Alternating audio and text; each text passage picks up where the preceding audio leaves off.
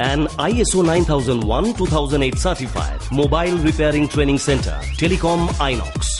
সঞ্জীব পণ্ডিতের অ্যাডভান্স ল্যাবে 100% প্র্যাকটিক্যাল ক্লাসে আপনি পাবেন অস্ট্রেলিয়ার কিউ মোবাইল রিপেয়ারিং এর ধাঁচে নিজেকে গড়বার এক সুবর্ণ সুযোগ। টেলিকম আইনক্সে মোবাইল রিপেয়ারিং শিখে রোজগার করুন প্রতি মাসে 20 থেকে 25,000 টাকা। Telecom INOX 9831463802। মাত্র একটা ফোন, জীবনের স্বপ্ন পূরণ। নমস্কার, টেলিকম আইনক্সের তরফ থেকে কলকাতা ও বাংলাদেশের প্রত্যেক টেকনিশিয়ানকে প্রাণ ভরা ভালোবাসা। আজকে আবার আমরা সবাই জড়ো হয়েছি টেলিকম আইনক্সের অ্যাডভান্স ল্যাবে। উদ্দেশ্য একটাই, মৃত জনে দেহ প্রাণ। সবার মধ্যে হাসির বন্যা বইয়ে দেওয়াই হচ্ছে আমাদের কাজ। প্রত্যেক মুহূর্তে মোবাইল রিপেয়ারিং এর সাথে সাথে আমরা ভেবে চলি কি করে সমাজকে আরো সুন্দর, আরো প্রাণোচ্ছল করে তোলা যায়। যেসব গরিব শিশুরা স্টেশনে অনাহারে কাটাচ্ছে তারা কিন্তু আমাদের দেশের ভবিষ্যৎ, আমাদের সম্মান। শুধু দেশেরই বা বলি কেন, সুদূর বাংলাদেশ থেকে চলে এসছে সোহাগ। ও কন্ট্রিবিউট করছে ভারতীয় ছেলে মেয়েদের জন্য যারা কিনা স্টেশনে অনাহারে রয়েছে, তাদের জন্য সোহাগের কন্ট্রিবিউশন সাংঘাতিক। ও বাংলাদেশের পুলিশ কোন জায়গায় জানো তোমার, গাজীপুর থেকে এসছে।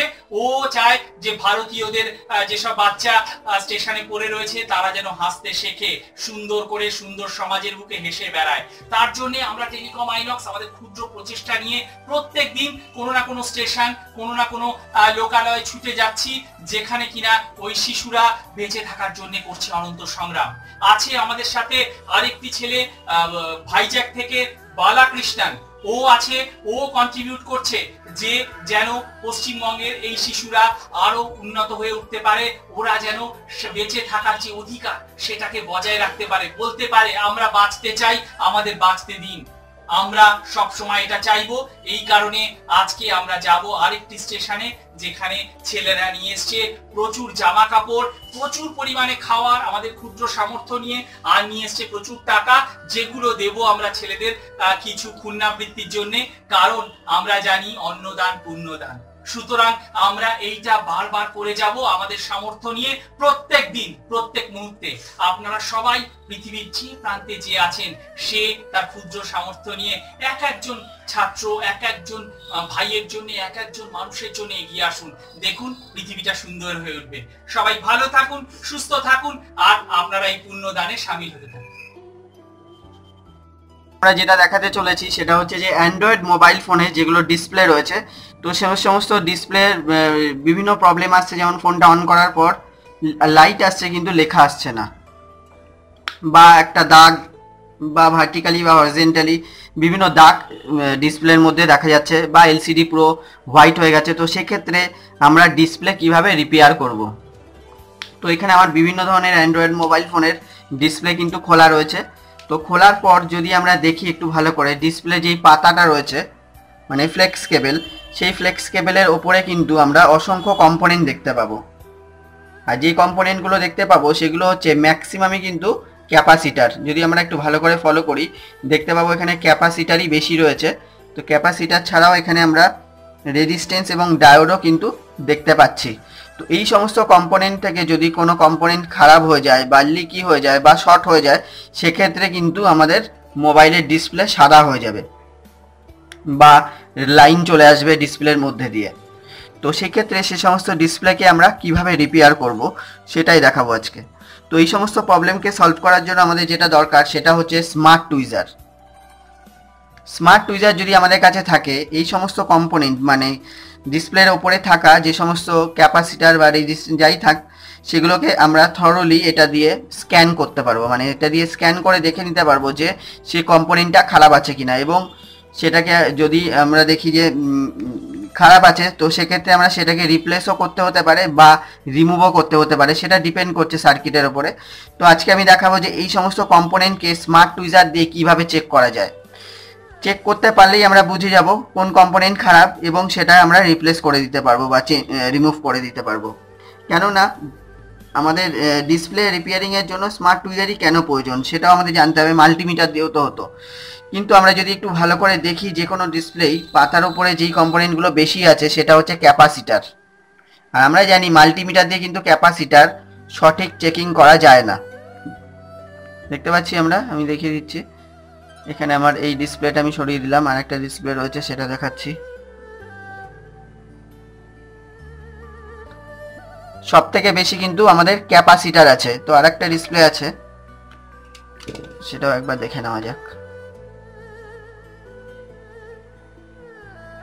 দেখুন এখানেও ক্যাপাসিটার ভর্তি রয়েছে, দুই একটা রেজিস্ট্যান্স বা একটা ডায়োডও থাকতে পারে।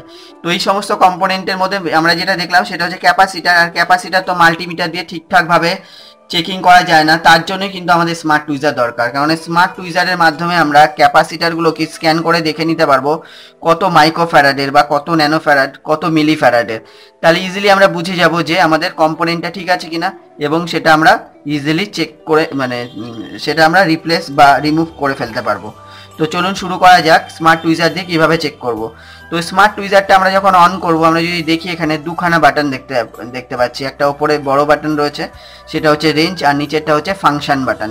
তো এই ফাংশন বাটনটা প্রেস করলে স্মার্ট টুইজারটা অন হয়ে যাবে, এবং অন হওয়ার পর যদি আমরা দেখি স্মার্ট টুইজারটা কিন্তু স্ক্যান মোডে রয়েছে। একটু জুম করে দেখিয়ে দিচ্ছি, স্ক্যান মোডে রয়েছে। তো এই স্ক্যান মোডে ও যে কোনো কম্পোনেন্টে টাচ করলে কিন্তু সেটাকে ও চেক করে মানে অটোমেটিক্যালি চেক করবে যে সেটা ঠিক আছে কিনা, মানে ও নিজে থেকে স্ক্যান করবে ওটা কি কম্পোনেন্ট, সেই কম্পোনেন্টের সিম্বল দিয়ে আমাদের স্ক্রিনে দেখিয়ে দেবে তার ভ্যালু।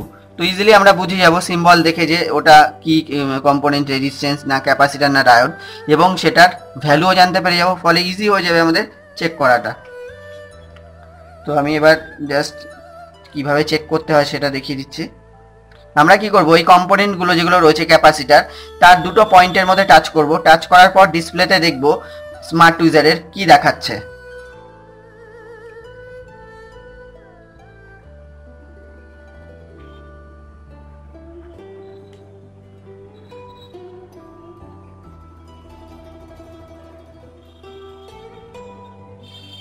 ঠিক মতো টাচ হচ্ছে না, মুখটা একটু সরে গেছে, ঠিক আছে।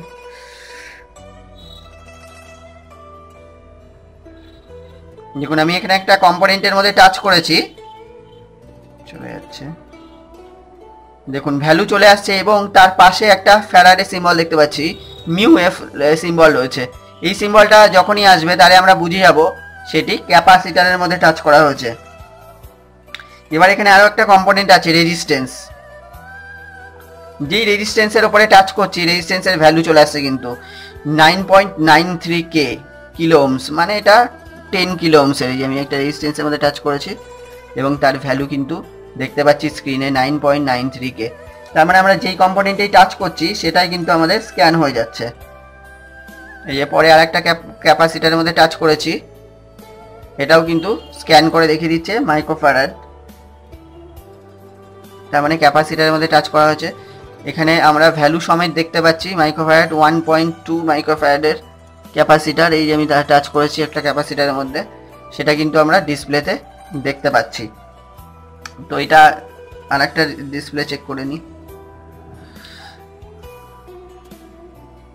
ক্যাপাসিটারের মধ্যে টাচ করেছি, রিডিং চলে এসছে ক্যাপাসিটারের ভ্যালু 2.5 মাইক্রোফ্যারাড ক্যাপাসিটার। দেখুন এখানে আমি ক্যাপাসিটারের মধ্যে টাচ করেছি দুটো পয়েন্টের মধ্যে। তো এখানে যত কম্পোনেন্ট আছে সেগুলোতে কিন্তু আমরা ইজিলি চেক করে দেখে নিতে পারবো, বিশেষ করে ক্যাপাসিটার। এইটাই যদি আমি মাল্টিমিটার দিয়ে মাপি কোনো কিছু রিডিংই কিন্তু শো করবে না, ফলে আমরা ইজি বুঝতে পারবো না যে আমাদের কোন কম্পোনেন্টটা খারাপ আছে। দেখুন এখানে আমি একটা ডায়োডের মধ্যে টাচ করেছি এবং সেখানে কিন্তু ডায়োডের সিম্বল চলে আসছে, ওই এপিও ঠিক তার পাশে একটা ডায়োডের আমরা কিন্তু সিম্বল দেখতে পাচ্ছি, তার মানে কিন্তু ডায়োডটা ঠিক আছে।